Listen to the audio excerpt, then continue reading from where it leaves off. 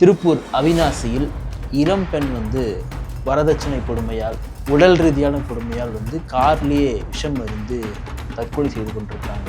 மாப்பிள்ளை நல்லா பணக்காரனாக இருக்கானா? மாப்பிள்ளை பணக்காரன் இல்லை, மாப்பிள்ளையோட அப்பா பணக்காரன். மாப்பிள்ளை எங்கே சம்பாரிச்சான்? மண்ணாங்கட்டி. சொந்தமாக சம்பாரிச்சு அவனுக்கு இவ்வளோ குரோதமான எண்ணம் வராதுங்க. அவர் ஆடியோ மெசேஜ் போட்டுருக்கு. அப்பா என்னை மன்னிச்சிருங்க, இந்த ஆடியோவை எல்லாருக்கும் போட்டுக்காருங்க. என்னுடைய சாவுக்கு காரணம் ஈஸ்வரன், சித்ராதேவி, கவின்குமார் 3 பேரும் தான் என்னை மனதாலும் உடலாலும் என்னை தொந்தரவு பண்ணாங்க. நான் உங்களோட வந்திருப்பேப்பா, ஆனால் உங்களை நான் தொடர்ந்து பாரமாக இருக்க விரும்பலன்னு. ஆகும் அந்த பிள்ளைய செல்லமாக வளர்த்துருப்பாங்க போல கொண்டு போய் கிளியை வளர்த்து குரங்கிட்ட கொடுக்குன்னு சொல்கிற மாதிரி. கல்யாணம் ஆகி 1 மாதம் 2 மாதம் புரிதல் இல்லை அப்படின்ற மாதிரிலாம் வந்திருக்கு இல்லையா? பெர்னாட்ஸை சொல்லியிருக்காரு. நான் சொன்னால் திட்டுவான், பெர்னாட்ஸை சொன்னால் ஒத்துப்போம். Marriage is a life long prosecution. கல்யாணம் என்பது காலவரை என்ற விபச்சாரம்னு பெர்னாட்ஸ். இட்ஸ் ட்ரூ, உண்மைதான் அது. இந்த பொண்ணு காரெல்லாம் எடுத்துச்சுல்ல, நேரம் போயிட்டு போயிருக்கலாம்ல. என்ன மனநிலை அந்த பாப்பாவுக்கு எனக்கு ரொம்ப காப்பாற்ற முடியாத ஒரு கையறு நிலையாக இருக்கிற மாதிரி தான் நான் நினைக்கிறேன். அதை யார் வீட்டில் அது எங்கள் வீட்டில் நடந்தாதான் என் அக்கா தங்கச்சி நடந்தால் தான் வலிக்குமா? உங்கள் அக்கா தங்கச்சிக்கு என் எதிரியோட அக்கா தங்கச்சி நடந்தால் கூட இந்த வலி எனக்கு இருக்கக்கூடாதாங்க. ரோட்டில் குடிச்சிட்டு சாராயம் குடிச்சிட்டு குப்பார கிடந்தா அவனை குடிக்காரங்கிற, கொக்கைன் போட்டு பென்ஸ் காரில் போனால் அவன் நடிகைங்கிற. இது என்ன உன் புத்தி? இவனோட அவன் தானே டேஞ்சரு. கொக்கைன் போட்டு போகிறது தான் டேஞ்சர். இவன் குடிக்காரன் மோர் பாயிட்டு அடித்து தெரிஞ்சு ஓடிடுவான் வீட்டை பார்க்க. இதனால சமுதாயம் கட்ட போகிறது இல்லை, ஆனால் கொக்கையினால ஒரு சொசைட்டியை கெட்டு போயிடும். ஆனால் பார்வை எப்படி இருக்கு? பணக்காரன் வச்சிருந்தா இதுக்கு ஒரு முடி, தலைமுடி. ஏழை வச்சிருந்தா மயிறு. நிம்மதி ப்ராப்பர்ட்டி மேனேஜ்மெண்ட். உங்கள் பழைய வீட்டை புதிய வீடாக மாற்றலாம் வாங்க. திருப்பூர் அவிநாசியில் இளம் பெண் வரதட்சணை கொடுமையால் உடல் ரீதியான கொடுமையால் கார்லேயே விஷம் அறிந்து தற்கொலை செய்து கொண்டிருக்காங்க. ரொம்ப சோகமாக இருக்குது இதெல்லாம் பார்க்கும்பொழுது. அவ்வளோ கோடிக்கணக்கில் விலை உயர்ந்த காரு, 300 பவுன் நகை இதெல்லாம் போட்டு தான் பொண்ணை கட்டி கொடுத்தா அதுக்கு மேலே 200 பவுன் எங்கே சொல்லிட்டு கேட்டு மிகப்பெரிய ஒரு கொடுமை நடந்திருக்கு. எப்படி இந்த வழக்கை பார்க்குறீங்க? டவுரி டெத்துங்கிறது இன்னைக்கு நேரத்துக்கு இல்லை, நம்ம தாளந்தொட்டு நடந்துக்கிட்டு இருக்கு. இஸ்லாம் மதத்தை பற்றி எவ்வளோ நீங்கள் குரான்லாம் நபிகள் நாயகத்தை பற்றி படிச்சிருக்கீங்கன்னு தெரியல. அது 4 விஷயம்தான் தவிர்க்குது. முதல் விஷயமே சாராயம் குடிக்காது. 2வது விஷயம் மகர் கேட்காது, வரதட்சணை. மகர்னா வரதட்சணை கேட்காது. 3வது விஷயம் பண்ணி ஈட்டிக்கு பணம் கொடுக்காது. ஈட்டினா வட்டி, இன்ட்ரெஸ்ட் பணம் கொடுக்காது. 4வது விஷயம் பன்னிக்கறி சாப்பிடாது. 4 தான் அது தவிர்க்குது. வரதட்சணையை விட நமக்கு இவ்வளோ சட்டத்திட்டங்கள் ஏற்றி எவ்வளோ கரசின் அட்டாக்கில் எவ்வளோ பேர் இறந்துருக்காங்க தெரியுமா? ஸ்டவ் அடிச்சிடும், மறுபோரம் மட்டும் ஸ்டவ் வெடிக்கும். அப்புறம் கேஸ் சிலிண்டர் வெடிக்க வச்சாங்க. அப்புறம் கேஸ் சிலிண்டர் கம்பெனியாக அறிவிச்சாங்க சிலிண்டர் வெடிக்காதுன்னு. சயின்ஸ் பூர்வமாக நிரூபிச்சான். பெரிய நெருப்பு கிடங்கு தூக்கி போட்டாலும் வெடிக்காது. அதோட அமைப்பு அது. அதுக்குள்ள ஒரு ஈரம் கோத்துக்கணும். அதில் ஹீட் ஆனால் ஒரு ஈரம் கோத்துடும், அது வெடிக்காது. நாசில் வழியாக புஷ்ஷுன்னு வெளில வரும். அதில் ஃபயர் ஆனால் எரியும், அது எரிஞ்சு வெடிக்கலாம். வேறு ஆப்ஷன் இல்லைன்னு சொல்லிட்டான். அது இல்லாமல் போயிட்டு நிறைய சிலிண்டர் வெடிச்சிருக்கும் நிறைய வீடுகளில். அதாவது மாப்பிள்ளை நல்லா பணக்காரனாக இருக்கானா? மாப்பிள்ளை பணக்காரன் இல்லை, மாப்பிள்ளையோட அப்பா பணக்காரன். மாப்பிள்ளை எங்கே சம்பாரிச்சான்? மண்ணாங்கட்டி. சொந்தமாக சம்பாரிச்சு அவனுக்கு இவ்வளோ குரோதமான எண்ணம் வராதுங்க. இந்த குரூஷியல் மனநிலை, இந்த குரியாலிட்டி மென்டாலிட்டி வராது. அப்போ சம்பாரிச்சிருப்பான், அப்படியே நேரடியாக எம்டி சேரில் உட்காந்துருது. அவ்வளோதான். எந்த வறுமையும் தெரியாது, எந்த பசியும் தெரியாது. லேசாக நீ வேலை செய்யலாம் இருந்தாங்க, உங்களுடைய செயல் இது வேலை கிடையாது, டெர்மினேட்டட் போங்கன்றோம். உனக்கு பெரிய குடும்பம் இருக்கும், அது அந்த கம்பெனிக்கு உழைச்சிருப்பான். ஒரு வாட்டி இந்த கம்பெனிக்காக பெயிண்டுக்குள்ள கீழே கை உடைஞ்சிருக்கும், அதெல்லாம் ஒன்றும் தெரியாது. நீ சரியில்லை அப்படின்றது தான். அந்த மனநிலை தான் இவங்க இருந்திருக்காங்க. ஆக்சுவலாக இந்த Rithanya is well educated. Car ஓட்டுற அளவுக்கு, எனக்கு கார் ஓட்டுறதுனால கார் தானே சார் இல்லைங்க. கார் ஓட்டுறதுங்கிறது ஒரு பெரிய செல்ஃப் கான்ஃபிடென்ட் இல்லை. எல்லாராலையும் முடியாது. சாலையை பேலன்ஸ் பண்ண தெரியணும். சைடு பார்வை எட்டுத்துக்கு பின்னாடி வரைக்கும் புறமண்ட வரைக்கும் பார்க்கணும். மனசுல ஒரு பெரிய தைரியம் வேணும், பிரேவ்னஸ். போல்டை விட பிரேவ். ஒரு வண்டியை சைடு அடிக்குள்ள தவறி லாரி பெப்பர் பேன்னு பூத்துரும் வண்டி. அந்த கார் எடுத்துக்கிட்டு வந்திருக்கு. ஆனாலும் அது அவர் ஆடியோ மெசேஜ் போட்டிருக்கு. அப்பா என்னை மன்னிச்சிருங்க, இந்த ஆடியோவை எல்லாருக்கும் போட்டு காமிங்க. என்னுடைய சாவுக்கு காரணம் ஈஸ்வரன், சித்ராதேவி, கவின்குமார். என் புருஷன், என் மாமனார், என் மாமியார் 3 பேரும் தான் என்னை மனதாலும் உடலாலும் என்னை தொந்தரவு பண்ணாங்க. நான் உங்களோட வந்திருப்பேப்பா, ஆனால் உங்களை நான் பாரமாக இருக்க விரும்பலன்னு. பாவம் அந்த பிள்ளைய செல்லமாக வளர்த்துருப்பாங்க போல இருக்கு. கொண்டு போய் கிளியை வளர்த்து குரங்கிட்ட கொடுக்குன்னு சொல்கிற மாதிரி. பாவம் குரங்கு கூட இந்த காலத்தில் எந்த கிளியை பிச்சை அறிஞ்சிருது. அது பாட்டுக்கு அது போய்ட்டு இது பாட்டுக்கு போகும். மனித கொரில்லாக்கள் பண்ணுற வேலைகள். மீனிங் ஒரு மாப்பிள்ளை சேப்பாக இருக்கான், பணக்காரனாக இருக்கான், அவ்வளோதான். இதே கல்யாணத்துக்கான தகுதின்னு நினைச்சிடறாங்க. இது ரொம்ப தப்பு, ரொம்ப தப்பு. முதல்ல அவன் என்ன குணத்தில் இருக்கிறான், இந்த காசு பணமே இல்லைனாலும் அவன் வாழ்வானா? தம்பி 300 பவுன் வரதட்சணை போடுறதா இருந்துச்சு, திடீர்னு பார்த்தா பிஸ்னஸ் லாஸ் ஆயிட்டு, பார்ட்னர் பிரச்சனை பண்ணிட்டான், எங்களால் இப்போ நகை போடும் சூழ்நிலை இல்லை அப்படின்னு சொன்னாக்க அவன் கல்யாணம் பண்ணுறான்னு பார்க்கணும். தாவணி கனவுகளில் அதை பார்ப்பாங்க. ராதிகா அந்த கிளைமேக்ஸ் சீன் வைக்கும். பார்த்திபன் அதில் சின்ன ரோல் தான் வருவார். தாவணி கனவுகள் இப்போ நல்லா இருக்கும் படம், பாக்யராஜ் படம். தங்கச்சிக்கெல்லாம் பணக்கார மாப்பிள்ளையா பார்த்துருவாங்க. கல்யாணம் தாலி கட்டுறது முன்னாடி தங்கச்சி ரெண்டும் சொல்லும், நான் என் அண்ணன் வேற சினிமா நடிகேன், நகையெல்லாம் ஒரிஜினலான்னு செக் பண்ணி பார்த்துருங்க, தாலி கட்டுறதுக்குள்ள பார்த்துறது நல்லது அப்படி தங்கச்சியே சொல்லும். ஏம்மா என் நகையை சந்தேகப்படுறாமண்ணே, இல்லைண்ணே நீ சினிமாக்காரண்ணே அப்படின்னு திரும்பி ஷாட் வச்சா மாமனார் மாமியா நகையெல்லாம் ஒரிஜினலான்னு பணத்தையெல்லாம் எண்ணி பார்த்துட்டு இருப்பாங்க. அப்போதான் ராதிகா சொல்லுவாங்க, இந்த கேவலமான சம்பந்தம் வேண்டாங்கிறது நான் தான் அந்த ஐடியாவை சொன்னேன், அவனுக்கு எது மேலே ஆசை பற்றி இல்லை, புரியுது நகை காசு பண்ணுறது மேலே. பார்த்திபன் போஸ்ட்மேனாக இருப்பார், அவரே இன்னொரு மாப்பிள்ளையை அழைச்சிட்டு வருவாங்க. இன்னொருத்தர் பேர் எனக்கு சொல்ல தெரியல, சடனா அழைச்சிட்டு வருவார். இவங்க தான் மிலிட்ரி செத்த பிறகு இந்த குடும்பத்தை அண்ணந்தனே கண்ணா பார்த்துக்கிட்டவனுங்க, இவனுங்க தான் நல்ல மாப்பிள்ளை, கட்டி குடியா, வசதியை பார்க்காதியா, கலரை பார்க்காதியான்னு சொல்லுவோம். தங்கச்சிகளும் பிடிச்ச மாப்பிள்ளையான்னு விரும்பி இருக்குங்க. ஸோ முதல்ல உங்க பொண்ணுக்கு பிடிச்ச பொண்ணா, அந்த பையனுக்கு பிடிச்சவனா, அவன் என்ன சாதியாவனமா இருந்துட்டு போட்டோம், என்ன மதமாவனமா இருந்துட்டு போட்டுமே, அவன் ஒரு ஆணா இருக்கானா, மனசு ஒத்து போதா. 78 நாள் தம்பி, 30 60 2 மாசம், 2 மாசம், இதுல ஒரு 18 நாள், இதுல ஒரு 2.5 மாசம் வச்சுக்கலாம், 2.5 மாசம் வச்சுங்க. 2.5 மாசத்துல ஒரு 5 நாள்ல இருந்து 6 நாள் தள்ளிக்குங்க, அது இயற்கை. இதுக்குள்ள அவன் தான் கணவனா நடந்துக்கவே இல்லைன்னா அவன் மனுஷனா, அவனோட நல்லவே எத்தனை நாள் அவனோட வாழ்றது. கணவன்னா பெட்டில் படுத்துட்டு அவன் புருஷன் அர்த்தம் ஆயிடுதாங்க, அதெல்லாம் கிடையாது தம்பி. தான் பொண்டாட்டிக்க தான் உழைச்சி தான் கையால் ஒரு கிலோ அரிசி வாங்கியாந்து கொடுக்குறான் பாரு, அவன் தான் ஆம்பளை, அவன் தான் மனுஷன், அவன் தான் ஆண்மகன். வள்ளுவன் சொன்ன மாதிரி பெருமனை நோக்கா பேராண்மைன்னா, அடுத்தவன் முன்னாடியே பார்க்க பெரிய ஆண்மகனுக்கு அழகே பேர் ஆண்மை, ஆண்மையிலே பெரு ஆண்மைன்னா. வள்ளுவ பெருந்தகைக்கு தெரியாத விஷயமா? இந்த மாதிரி ஒரு பணக்கார விட்டு தருதல்கிட்ட கொண்டு இதை விட்டா இன்னொரு கல்ச்சர் இருக்கு. எனக்கு நல்ல எங்களுக்கு வேண்டப்பட்ட இடம், சரி நீ அதுக்கு மேலே டீட்டெயில் கேட்டுறாதீங்க. பணக்கார வீட்டில் கட்டி கொடுத்தாங்க, ஜோடியை பேர் மாற்றிருக்கானுங்க.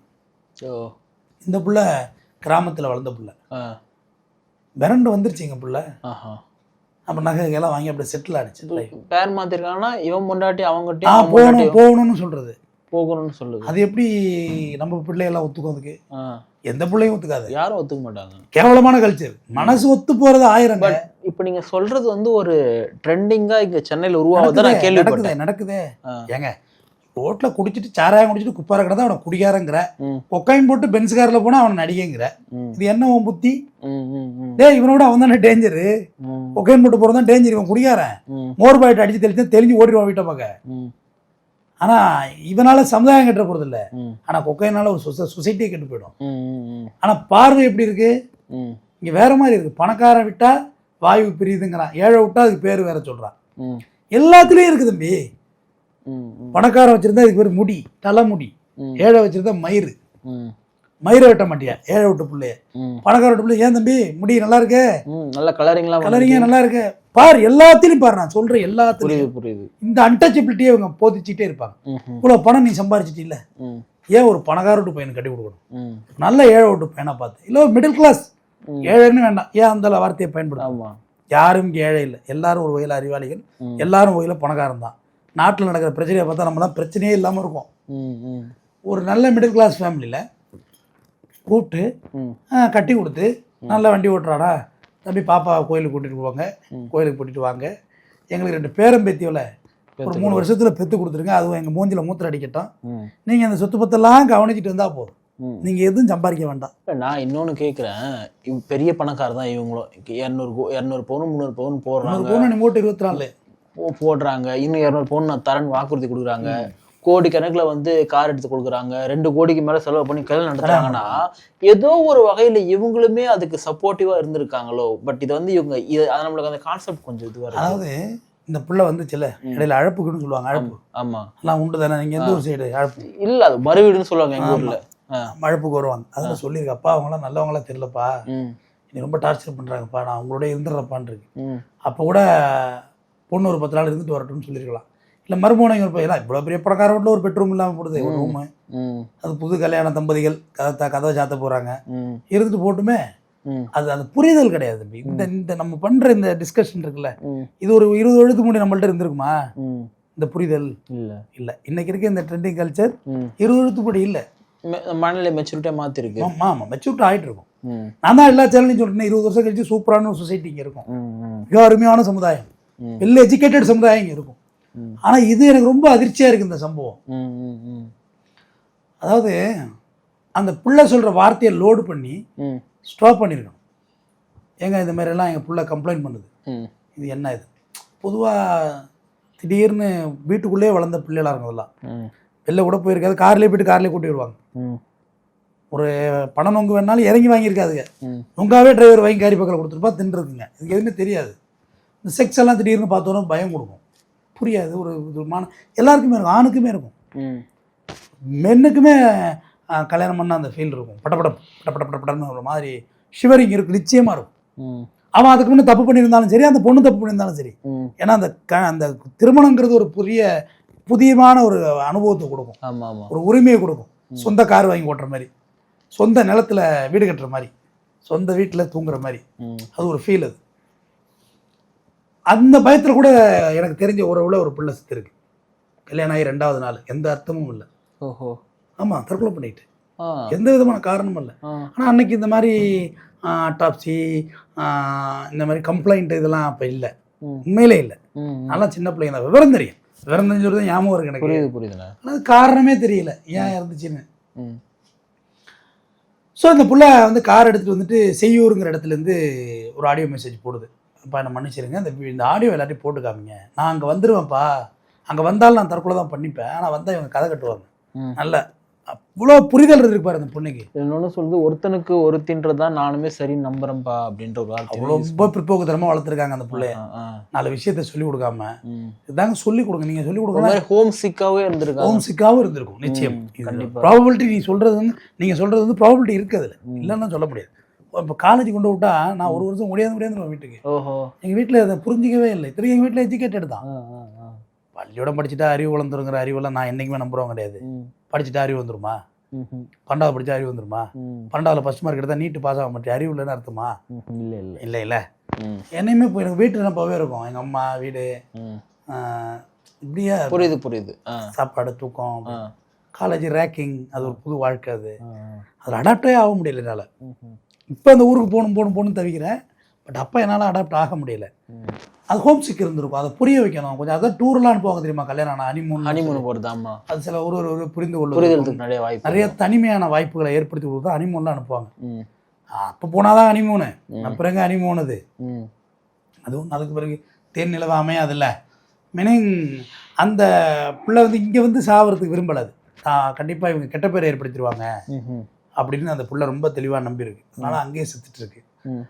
வழியிலே காரில் எடுத்துகிட்டு ஒரு பாடியை கேட்ச் பண்ணி போலீஸ் வந்து ஒட்டாப்சி ரிப்போர்ட்டு அனுப்பியிருக்காங்க.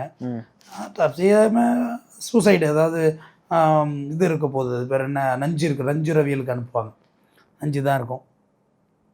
இப்போ இவங்க 3 பேரையும் அக்யூஸ் பண்ணிட்டாங்க. யாரை? கவின்குமார், ஈஸ்வரன், சித்ராதேவி, 3 பேரும் ஜெயிலுக்கு போகிறாங்க. ஓரே lawyer, 498A women's harassment act, 306 தற்கொலைக்கு தூண்டினது, பழைய 306.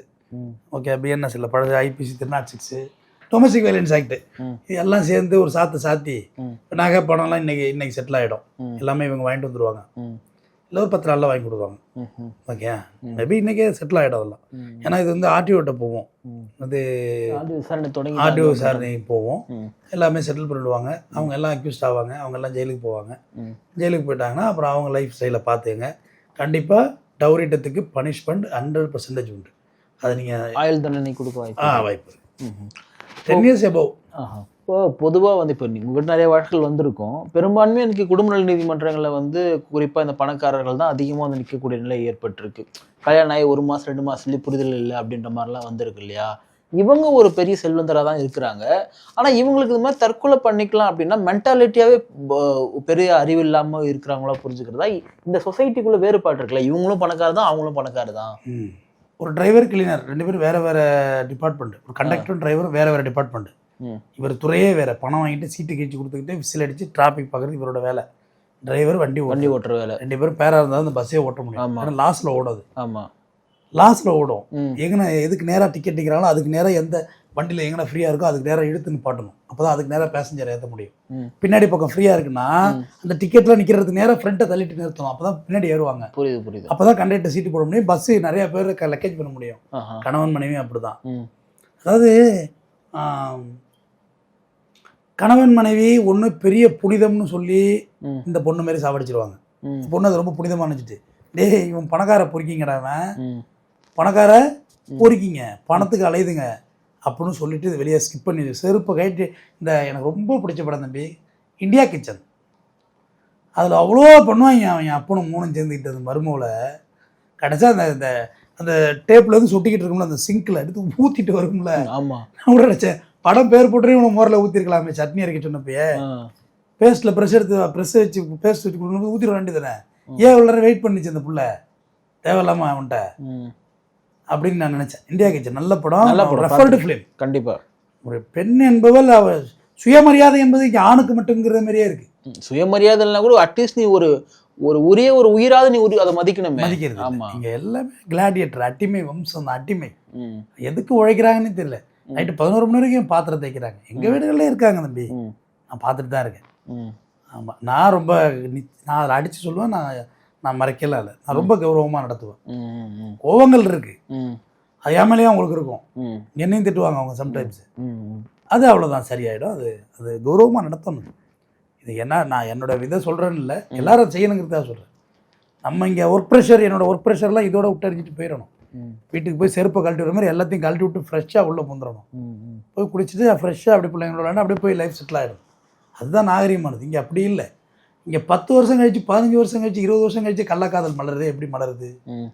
இங்கே ஒரு 2 தப்பு நடக்குது தம்பி. ஒன்று, திருமணத்தை புனிதம்னு சொல்லி கொலாப்ஸ். உன்னோட உரிமையை நீ கேட்குறதே இல்லை. ஒரு பெண், ஒரு ஆண் தனக்கு காம இச்சைவருக்குள்ள பெண்ணை கூப்பிட்றான். ஒரு பெண் அதை ஆணை கூப்பிட முடியுமா? முடியாது, தப்பாக போயிடும்.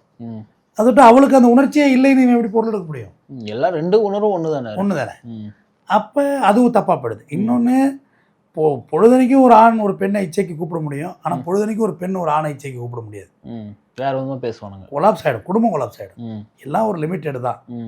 லிமிட்டெட் மீல்ஸ் தான் பெஸ்ட்டு. அது இங்கே புரிதலே இல்லை. இங்கே யாருக்கு திருமணம் ஏமாறுறதா சொல்லுவார். கல்யாணம் ஏன் பண்ணுறானே பாதி பேருக்கு இந்தியாவில் தெரியாது அப்படிம்பார். திஸ் குட் நேச்சர், அதான் உண்மை. பெர்னாட்ஷா சொல்லியிருக்காரு. நான் சொன்னால் திட்டுவான், பெர்னாட்ஷா சொன்னால் ஒத்துக்குவான். Marriage is a life long prosecution அப்படின்னாரு. கல்யாணம் என்பது காலவரையற்ற விபச்சாரம்னார் பெர்னாட்ஷா. இட்ஸ் ட்ரூ, உண்மைதான். அது நீ ஃபோர்ஸ் பண்ணி தான் பண்ணிட்டு இருக்க. ஆமா, நீ உன்னோட தேவைகளை தான் பூர்த்தி பண்ற. புரியுது. அவங்களோட தேவையை நீ டிபெண்ட் பண்ணவே இல்லை. உன்னோட உணர்ச்சி அடங்கணும்னு நீ பாட்டுக்கு போயிட்டு இருக்க. அந்த பெண்ணை கூட உணர்ச்சி இருக்குமே. மாட்டுக்கு ஊசி போடுறாங்க சொல்றது பிசிக்கலாவே அவங்கள சாட்டிஸ்ஃபை பண்றது கிடையாது யாரும். அது ட்ரை பண்ணுறது கூட கிடையாது. அப்படின்னா என்னன்னு கூட தெரியாது. அதெல்லாம் போயிட்டே இருப்பான் பாட்டுக்கு. அதுதான் சொன்னார் ப்ராஸ்டியூஷன் சொன்னார். ப்ராஸ்டியூட்னு சொன்னார். கரெக்ட். ப்ராஸ்டியூட்டை போய் உணர்ச்சியெல்லாம் தீர்ந்துருச்சானே அவனுக்கு கேட்கறது இல்லை. இவன் முடிஞ்சோன்னு கிளம்பி வருவான். அவ்வளோதான். அதுதான் அழகாக சொன்னார். காலவரையற்ற உபச்சாரம்னாரு. டைம் லைனே கிடையாதுடா. 80 வயசுல கூட பொண்டாட்டியை போய் கூப்பிடுவான். அதுதான் அவர் சொன்னார். ரொம்ப 100% சரி. அது நிறைய இருக்குது இதில் பார்வை. பட் ஒரு பொண்ணு இறந்துருக்கு. அதில் என்னால் ரொம்ப மெர்ஜ் பண்ணி என்னால் பேசுறது கஷ்டமாக இருக்கு. ஆனால் இது புரிதல் இதுதான். எப்படி வருமோ நீங்கள் எடுத்துக்கலாம். ஒரு புடவை வாங்கி கொடுக்குறீங்க, ஒரு படத்துக்கு அழைச்சிட்டு போகிறீங்க. அது கூட அழகாக பாக்கியராஜ் எடுத்துருப்பார். பகலில் ஃபுல்லாக பேங்கில் ஆஃபீஸராக இருப்பார். பகலில் ஃபுல்லாக அழைச்சிட்டு அந்த அம்மாவை சரிதாவை அழைச்சிட்டு போய் தோசை கசையெல்லாம் வாங்கி கொடுத்து வந்து நைட்டு மேட்ரு பண்ண கூப்பிடுவார். தலைக்குளியல்னு. அது ஏண்டி பீச்சில் வாங்கி தின்னியே அப்போ சொல்லியிருக்கலாம்ல தலைக்குளியல்னு. ஏண்டி மசால் தோசை வேணும் அப்படி வாங்கி தின்னி அப்போ சொல்லியிருக்கலாம்ல. அப்போ நீ இவ்வளவும் பண்ணது அதுக்கு தானே. அதுதான் சண்டை ஆரம்பிக்கும். புரியுது. புடவை வாங்கி கேட்டியே, சரிக்க வச்சு கேட்டியே, வாங்கி கொடுத்தனே. அப்புறம் ஏன்டா என் வயிறு வலியோட பொறுத்துக்கிட்டு புருஷன் ஆசையா கூப்பிடறான்னு உன்னோட வெளில நடந்து வந்ததுக்கு இதுக்கு தான் அப்படியே அழுவது வச்சு. சரியான புரிதல். அந்த படம் தயவு செய்து பாருங்க. அதோட பாட்டு இருக்கு, மூக்குத்தி பூ மேல காத்து.